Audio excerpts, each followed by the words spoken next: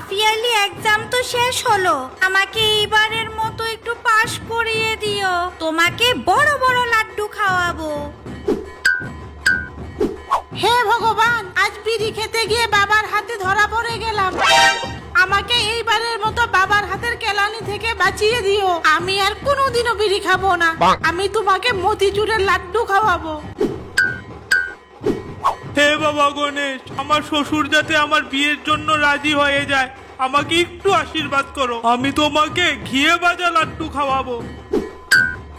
সবাই শুধু বলছে এই লাড্ডু দেবে সেই লাড্ডু দেবে, যেইগুলি দেওয়া আছে তোদের জন্য তো সেইগুলি খেতে পারছি না। এখন একটু শান্তি করে খাওয়া যাবে।